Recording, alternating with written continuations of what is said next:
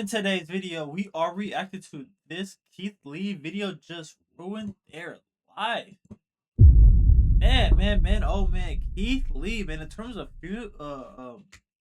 food reviews, Keith Lee is like Thanos with it, bro. If he wants to lift you up, he can lift you up by all means.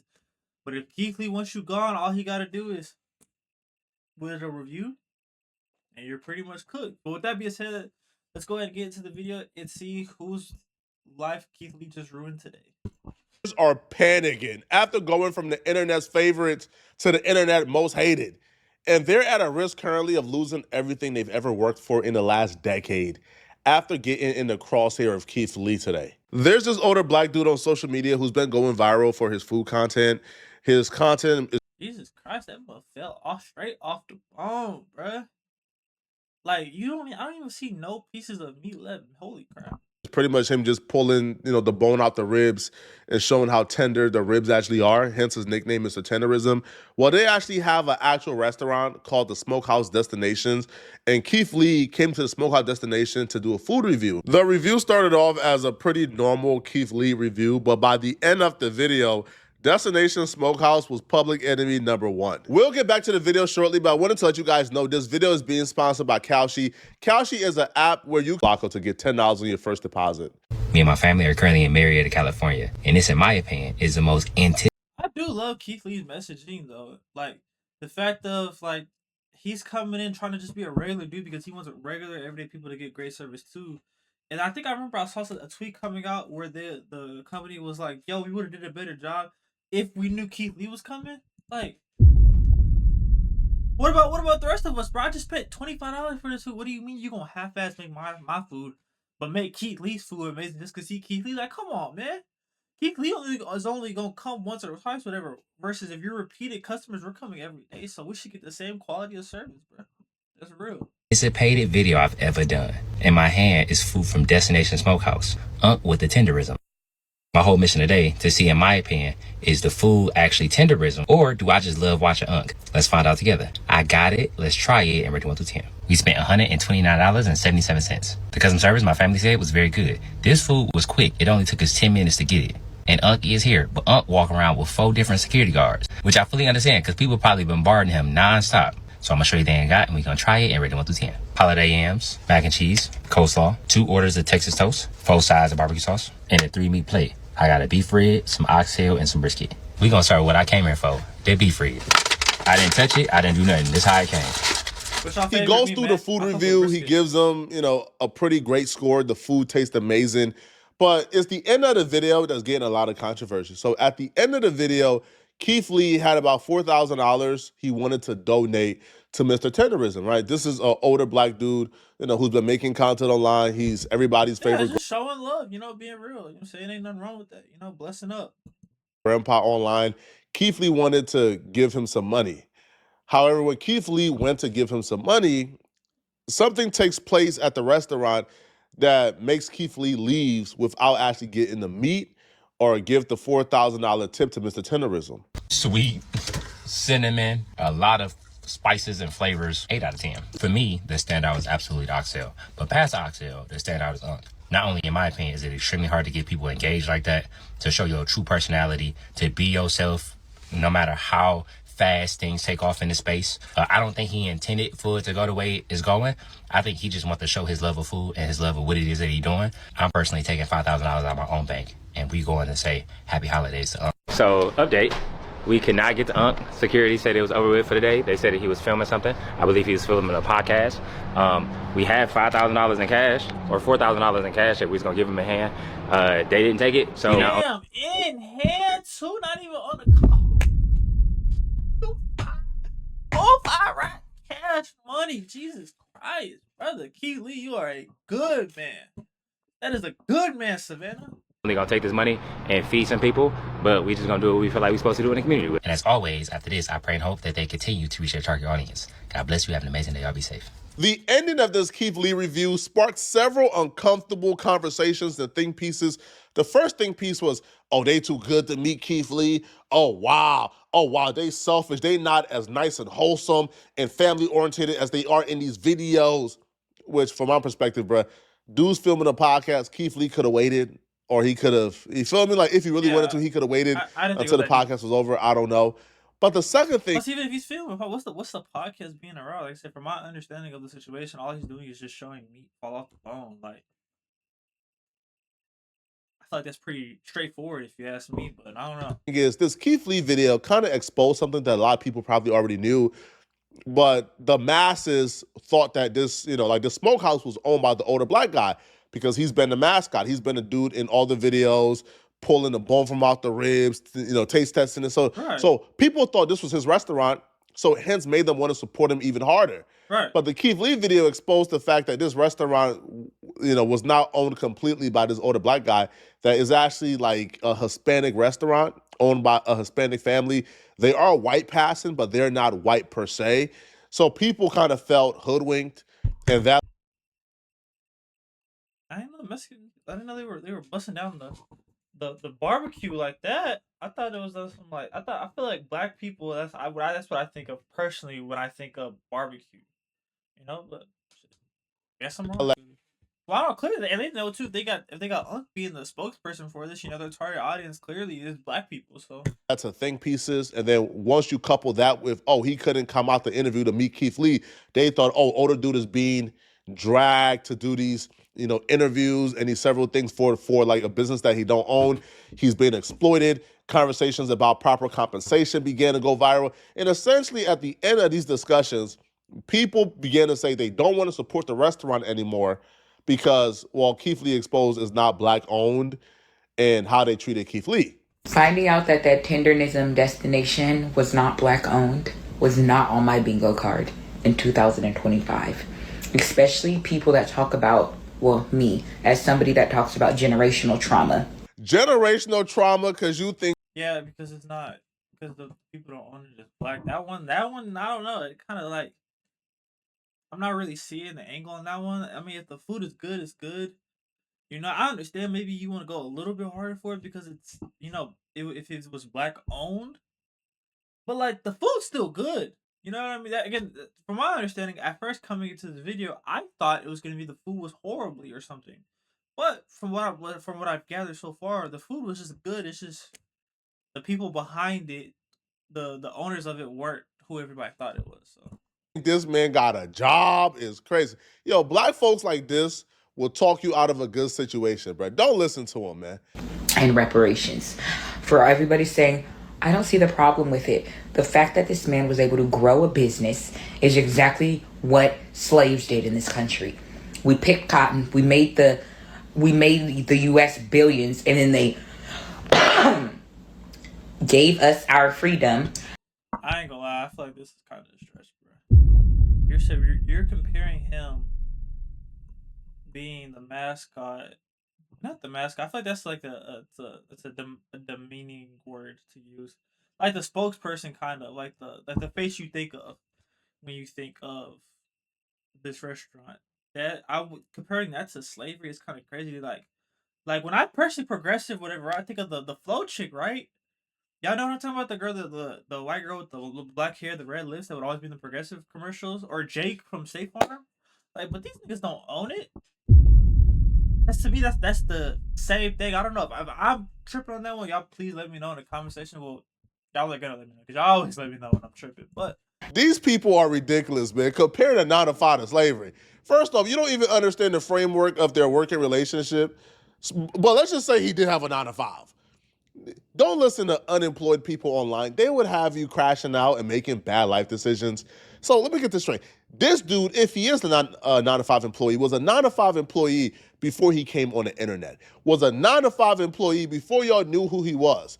Was they taking advantage of him when they was paying his salary and paying him to work and giving him a job before he became internet famous? Was it exploitation then? But it's exploitation because he's online working for the business and promoting it. I don't feel like this is exploitation at all. I feel like, if he proves his worth, then you come to the table and you ask for equity where it is. But to say, because he's not the owner 100%, the owner 100% is not his business 100%, that they are exploiting him is crazy. Where was y'all at when he needed a job? If he could have found a better job than this, he would have had a better job than this before the internet. But the fact that he didn't, these were the people who took care of him before y'all knew who he was. But now y'all found out who he was. Now y'all want to give y'all 3 cents and have him turn on the people who had his back before anyone. Well, that's just the internet. Period. They're gonna give their thoughts and opinions on whatever situation they see, right or wrong. Some people think logically, some people think illogically. At the end of the day, I don't feel like these people. I don't think they really care. It's just more so something to talk about and pass the time with. You guys knew who he was. Y'all are out of your minds. Y'all are literally insane.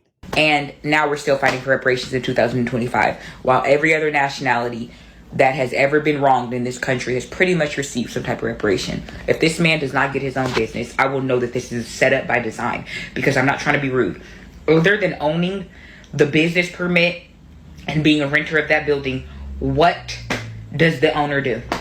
I didn't even know there was a different nationality in that building as far as ownership or who could be working on something. So part about giving Black people equity back is allowing them to have money and investments in things. And if all that man has is a job, I'm not okay with this at all. They did an interview with Willie D so they could speak on everything, including whether or not he's an employee or an owner, as well as the Keith Lee situation. And I'll be real, bro. Hearing these people kind of speak on this really made me feel bad for them, bro. Because at the end of the day, man, they just running a business, okay? And if Keith Lee showed up unexpected, if Keith Lee showed up when they wasn't really expecting him, that's the best case. So that way whatever treatment you get is genuine. Versus if you have to, that's like a manager popping up, or like a supervisor popping up at the job just randomly. Like if I know the supervisor's coming, I'm gonna make sure to make everything look perfect. So when they come, it looks like we're doing good, but really we're tripping, we're slacking, we're BSing, etc., etc.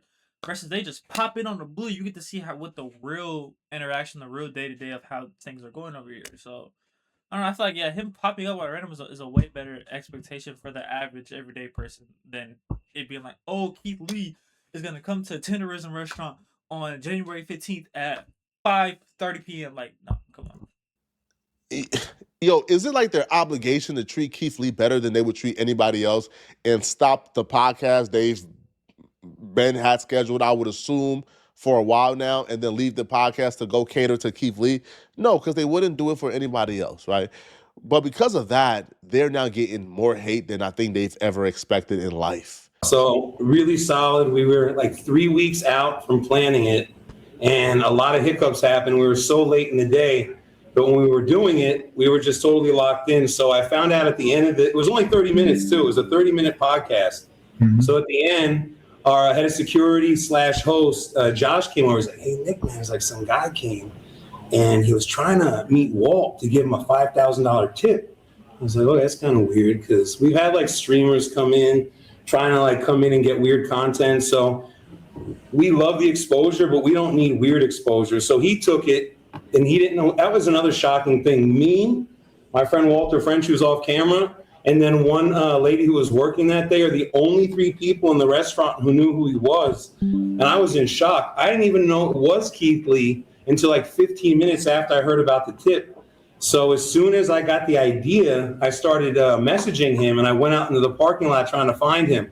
I was hoping he was going to be at our restaurant when we were in Hemet in our original location. I know who he is. I'm a food guy, and I'm on the internet all the time. I do all our social media, so I'm well aware. And it would have been a great boost to us in Hemet, I figured he just never came because the level that we're at now, he likes to help out businesses that need more exposure, So, but I would have been, if I would have known he was here, I would have probably asked Edie to stop for a few seconds so we could go over there. That's what I would have done. This dude don't really strike me as as a colonizer, if that makes sense, right? Like you could smell the colonizer blood and the spirit in somebody, but this ain't no colonizer, bro. Like this is not a dude that. He seemed like an honest man. He didn't strike me as the type of like, we're gonna force this black man to market this video. We're gonna pay him pennies on the dollar. Man, the blacks. Like the 6ix9ine video I made. But at the same time, like I said, I do agree with he shouldn't have had to stop the podcast too. Because I said Keith Lee's whole shtick is being treated just like a regular customer would be treated. But I also, from the business perspective, understand that getting to talk to Keith Lee, getting a video with Keith Lee, etc., that would have been great PR and it would have looked, good. I would say it's like a mean-spirited human being. Right now, he a little clout thirsty, right? He a little clout demon, but like he's not a mean-spirited individual from my perspective. But yeah, I don't believe that they should have treated Keith Lee any differently. But if y'all had a podcast going on, stopping the podcast with any means to go ahead and talk to Keith Lee when you already had him there, no, that's disrespectful. Finish up your podcast and then go talk to Keith Lee if Keith Lee is still there. But apparently Keith Lee being unwilling to really respond back or link back up with them or have any type of conversations kind of shows that Keith Lee is salty that they couldn't link up with him, and he's still kind of mad at him, which I don't know why, right? Yo, if they were filming a podcast, they were filming a podcast. Why are you upset at these people for filming a podcast, right? So they addressed the fact that, now after they got done with Keith Lee, they addressed the old man is being taken advantage of narrative, and here's what they had to say. The first person who actually brought it up was actually the old man before anybody asked about it. And then we talk about this here, because just misunderstand, it's 2026. We gonna clear everything. Now, and back, I want to let y'all know something. I lived too long, somebody taking advantage of me. That part of taking advantage of me, there's a lot of things people can do in life. That's not something we do here at Destination. This is one in the nation. Yes, sir. I remember just like the same two people on this podcast right now is the same two people know something about Destination. But see, the media just get off and run with the negative stuff, and I tell them all the time, don't be feeding into that negativity, because they ain't not just somebody trying to push, divide and conquer. People want to know, like, what you're doing so much to help this brand, do Walter have, ownership or equity in a Destination Smokehouse? Is that something that you can share? Everybody's business ain't nobody's business. But this is how I put it. I'm telling you that. It's because it's my business. If whatever, it's Nick's business. That sharing your business, all of this here, we just have Destination One in the nation. We on one kick. I can't get on sharing personal, how much money or this and that. I'm letting, okay, we cut this through the chase. He's not taking advantage of me. We're going to be here until the end. And as far as ownership goes, as much as I'll say, because I'm going to respect Walt's privacy, Walt is definitely a part of this business. He is not an employee. I would be safe to say that the finances that we have both been able to increase into our bank account since we've been here has been something great for both of us. But talking numbers, talking any of that, I just don't think that's professional. I mean, we're not professional athletes where our agents are putting our contracts out there. From what I gather from that, it looks like, right, they gave the old man some equity in the company. The old man don't look like no dummy either. But what I would say, man, hey, my only advice to the old man, when you start talking to bosses, because I'm sure they probably own more equity than him, so they are still his boss. When you start talking to your bosses like, oh, we in this together until the end, oh, this is forever. Yeah, even what you talking about? What you talking about? Yeah, don't forget yet. At the end of the day, well, I mean, he has equity, but like he said, these people have more than you, so technically, yeah, they are your boss, bro. This is never ending. That's usually when the exploitation starts. You don't want to have that language, bro. Right? Especially with a boss, right? Especially in the workplace, right? Understand this. It's never personal. The minute these folks begin to understand that they could save a little more money or make a little more money with you not being in the picture, oh God, your ass is grass. You know what I'm saying? I learned the hard way with these companies, bro. A lot of times, if it comes down to you or them, they're gonna choose them every time. So you just gotta remember that. But like he said, this old man, he looks pretty smart. He looks like he knows what he's talking about. I don't think he'll get screwed over that bad. But still, like you said, you always gotta put yourself. Well, I was just saying about them. Put yourself first. Always have your back, because don't rely on nobody else to have your back. Point blank, period. will be out the picture. So understand. I want you to understand that. But for the most part, Dave have been good to you. They've employed you. You've done well. Now you own equity. Right? Like, have loyalty and have principles and integrity, but don't start talking about, oh, this is until the end.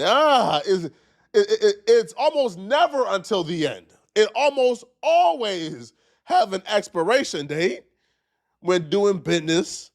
Okay, but let me know in the comment section, what do you guys think about this, bro? I don't like how these people are treating. Yeah, same here. With that being said, we're gonna go ahead and wrap up today's video. Y'all let me know your thoughts in the comment section below. Also like the video if you made it to the end and hit that subscribe button while you're down there also. And until next time, I'll catch y'all boys later, man. Peace.